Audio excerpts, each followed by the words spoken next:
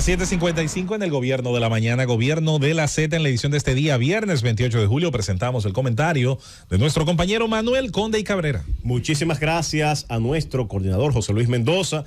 Un abrazo a mis talentosos compañeros aquí en cabina, a la dirección de este medio, al equipo técnico y al pueblo dominicano que siempre nos distingue con su atención en el programa de mayor influencia de la radio dominicana, aunque a muchos le duela y le pique. Señores, en el día de ayer hablé sobre un interesante estudio que auspició la ANGE con relación al voto joven. Y a efecto de un hilo que compartí, resumiendo un poco lo que sostenía en el comentario del día de ayer, uno de mis seguidores interactuó y me hizo una pregunta muy interesante, que es lo que motiva precisamente el comentario del día de hoy.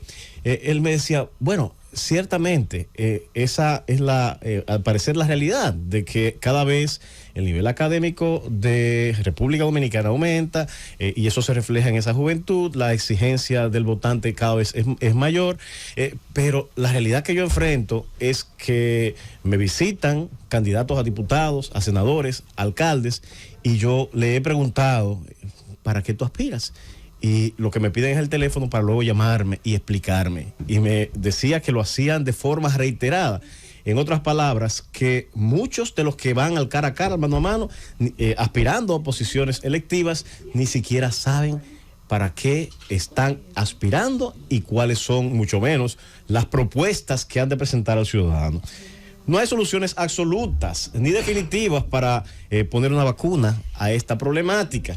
Y ahí me formulaba otra pregunta y me decía, doctor, legalmente no hay la posibilidad, no hay una ley, un reglamento que le prohíba a personas que no estén capacitadas, que no sepan a qué están aspirando, que no tengan una propuesta a aspirar. Es una reflexión interesante que se ha debatido en el transcurrir de la historia y que mentes brillantes, no la que humildemente apenas tengo, disertaron y hablaron sobre ella, desde aquellas reflexiones platónicas en los diálogos y en la misma República de Platón, así como el pensamiento de Aristóteles que expresa la política, se han debatido y se ha hablado, y desde antes de ellos, sobre diferentes métodos y formas respecto a cuáles son los hombres idóneos que deben ir y deben gobernar. Y se han discutido desde la plutocracia, la aristocracia.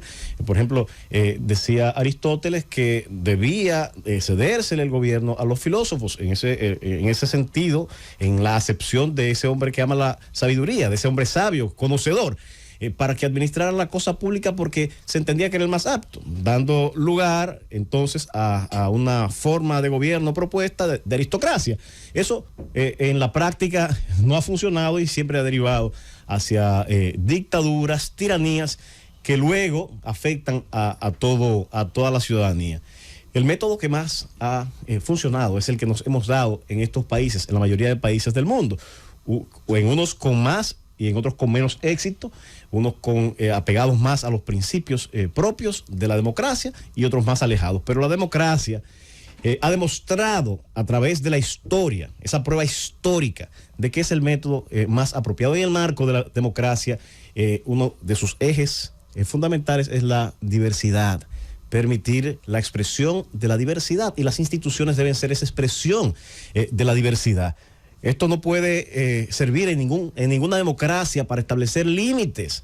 Porque usted no haya tenido la oportunidad de estudiar, no se le puede negar el derecho de representar a personas que como usted no pudieron estudiar y representarlo en el Congreso Nacional, porque ese segmento de la población existe y hay que darle visibilidad a través de sus representantes. Ahora, entre ellos, el más idóneo, el que tenga más claro sobre cuáles son los intereses de ese grupo que representa. Y eso se expresa en las instituciones democráticas, esa diversidad, al menos esa es la teorización, esa es la idea, de que todos los sectores, hay un sector transporte importante en la República Dominicana, como de hecho lo hay, y así están representados en el Congreso Nacional, bueno, tienen el derecho de estar expresados en ese espacio que es el Congreso Nacional, en la Cámara de Diputados, en el Senado.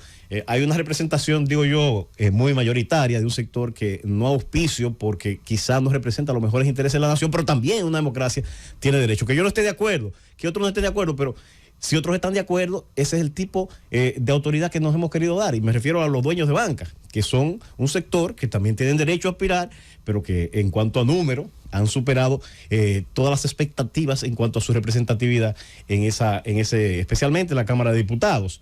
Pero sí, esa es la democracia, esa es la diversidad. Ahora, ¿cuál sería el método, diríamos, que pudiera de alguna manera ayudar a mejorar la información que tenga a disposición el elector, que es al fin de cuentas, esto lo dice mucho José Luis Mendoza, que sea al fin de cuentas el que tenga en sus manos la decisión de qué es lo que quiere como político, qué es lo que quiere como diputado, qué es lo que quiere como senador, qué es lo que quiere como presidente? Lo que tenemos que generar son métodos apropiados para que el elector sea el que al fin de cuentas decida qué tipo de autoridad es la que quiere tener.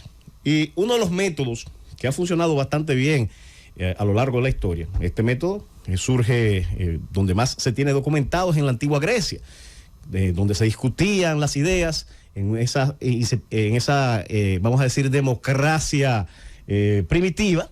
Se discutían los temas en la plaza pública y se tomaban decisiones luego de un debate bastante inteligente. Luego eso ha evolucionado y vamos a decir, el debate histórico más reciente que tenemos fue el primer debate televisado, que fue entre Richard Nixon y John F. Kennedy. Un debate bastante controvertido porque aquellos que los escucharon en radio y que fueron encuestados, que escucharon el debate, dieron por ganador a Nixon. Sin embargo, el gran grueso, que lo vio por televisión, próximo a los 60 millones de televidentes que lo vio, dio abrumadoramente por ganador a John F. Kennedy. Lo que pasa es que los que lo vieron por televisión tuvieron la oportunidad de ver los detalles que no pudieron ver lo que estaban presentes, que fue el nivel de inseguridad y la sudoración, o sea, el nivel de nerviosismo que expresaba Richard Nixon. Más que de nerviosismo, en el momento del debate. La historia es que Nixon hizo ese debate con una fiebre en 40 grados, no se afeitó. Lo que sí el debate terminó generando en las ciencias políticas la importancia de lo estético. Pero estoy contigo en que al final no deja de ser igual un elemento que valoramos, que entendemos tiene un efecto, pero la política siempre será, y más en una época donde la imagen, el sonido está tan cerca de nosotros, es muy cosmética, bastante cosmética. Aquí en ese debate muy bien tal y como ustedes lo señalan y lo refuerzan, es interesante porque no fue el único, fue el primero, pero se hicieron 4 debates. En ese primer debate que fue icónico, fue mortal para Nixon. Porque imagínate, un joven atractivo, telegénico hasta más no poder, accedió, mojó como cuatro pañuelos y el sudor le colgaba sobre la camisa. No, y además se negó a maquillarse en la televisión. Sin embargo, este joven se veía fresco, muy seguro de sí, con buen dominio de los temas y de los gestos. Y eso fue devastador para Nixon y fue bastante favorable y creó una tendencia en una forma de hacer política. Esto es con relación, vamos a decir, a la parte cosmética, a la telegenia. Y bueno, a partir de ahí se ha generado toda una ciencia que se sigue estudiando y se sigue implementando en todos los países del mundo. Pues el debate televisado se ha extendido a través de todos los países. Se imitó en México, en muchos países europeos, siguieron esta técnica y en Estados Unidos se suspendió por unos años y en el 76 por ahí se reincorporó a la cultura estadounidense y se ha mantenido de forma constante hasta el día de hoy. Es más, pesan tanto los debates que hay candidatos que han marcado muy buenos números antes de comenzar la fecha de los debates, y cuando comienzan los debates tienen una caída libre que no hay forma. Me gustaría un debate entre Donald Trump y el señor Biden. ¿Ya hubo? No, ahora en esta elección. Ahora bien, en la República Dominicana no hay esa cultura del debate. Aquí los que están en el poder siempre se niegan a darle paso al debate, sobre todo a nivel presidencial. Nos recordamos de Leonel Fernández, que decía que el resto de la población no sabe conceptualizar. Otros líderes históricos subestimaban y le decían pollitos a los demás candidatos. Es el caso de Peña Gómez, a Leonel Fernández. Es correcto. Entonces, en la República Dominicana no ha habido una cultura de debate. ¿Tú crees que Luis podría debatir ahora en este escenario A propósito, porque Luis pidió un debate en la campaña pasada. ¿Tú crees que para romper con esos esquemas, Luis podría participar ahora en un debate entre los 3 precandidatos? Mi deseo, te digo, sería sí.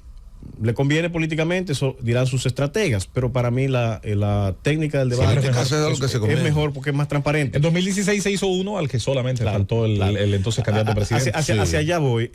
Aquí el primer debate que se tiene recogido fue un debate que organizó precisamente Ángel en el año 2016 y precisamente no asistió el entonces presidente de la República, Danilo Medina. El resto de los aspirantes se presentó y fue una experiencia bastante positiva. Luego, ahora, en el 2020, también Ángel, que hay que felicitar esa iniciativa que ha tenido, organizó un debate para los aspirantes a las alcaldías. Se hizo en Santiago, se hizo en el Distrito Nacional y se hizo el intento también a nivel presidencial.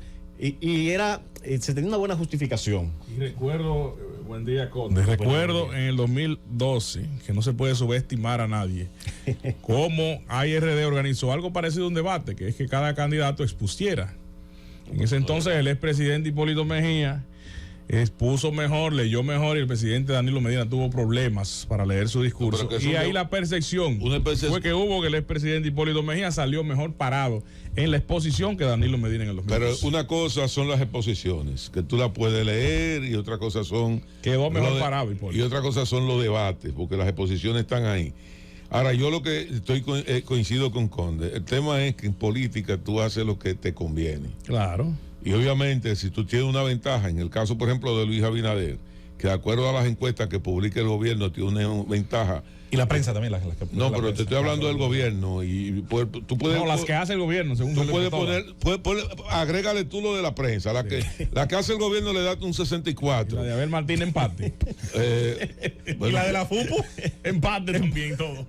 No, pero y eso. No, yo lo entiendo perfectamente. Ahora, la que hace el gobierno le da hasta un 64. Bueno. Y entonces, obviamente, que un candidato con un 64% no va a debatir con un candidato que tenga un 10 o un 12%. Pues tú presentas a Luis ahora con un posicionamiento de un 64%, 65%, y lo enfrenta a un Leonel Fernández o a un Abel Martínez con un 8%, con un 5%, obviamente que no. Ahora, como hay un tema de coherencia, ¿verdad? Entre las propuestas que se han hecho, ojalá pueda haber un debate. Ojalá. Pero mira, a mí lo que me gusta de los debates son varios elementos. Fíjense que actualmente tenemos la sorpresa. Ayer circulaba un video que yo les compartí, que luego fue objeto de un Twitter de una de nuestras compañeras, bastante interesante, de una diputada con unas expresiones bastante pintorescas. Y no es que no se tenga derecho a esas expresiones culturales, pero uno a veces no se lo espera de una representante del nivel de un diputado. Profundo. Pero bueno, esa frase nunca la había escuchado, pero bueno. ¿A quién echar la culpa por el parto? ¿Cuál? ¿Armado bebió con cuarto? No, pero la marca de una cartera. Esa es la que entiendo, una marca de una cartera. El armado bebió con cuarto. Yo entiendo que los debates permiten, sobre todo al ciudadano, tomar una decisión informada. Por ejemplo, conocer cuáles son las propuestas del candidato. Aquí hay personas que, primero, no se sientan a reflexionar por qué aspiran. Y segundo, no dan el siguiente paso, lógico está, porque ni siquiera saben qué es lo que hace la posición a la que aspira.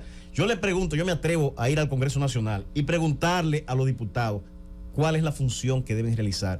Y si el 10% me responde qué es lo que tiene que hacer un diputado, yo retiro lo que estoy diciendo en el día de hoy. Yo apuesto que más del 70-80% de los diputados ni siquiera saben cuáles son sus funciones. Yo ahí no estoy contigo. Yo creo que la mayoría lo dice, otra cosa es que lo haga. Lo peor es que no aprenden. Bien, lo otro es, lo primero es eso, conocer directamente la propuesta del candidato y obligarlos a que se preparen para presentar esas propuestas. Conocer su temperamento. A veces hay quienes tienen poses, pero en el debate, aquí mismo, nos damos cuenta de quién es iracundo, quién tiene la mecha larga, la mecha corta, quién es amable, quién es afable, porque las poses no se pueden mantener siempre. Cómo opera bajo presión. En pantalones cortos el debate. Eso es algo interesante, cómo opera bajo presión cuando usted lo contradice, la mecha. cuando usted yo soy mecha larga.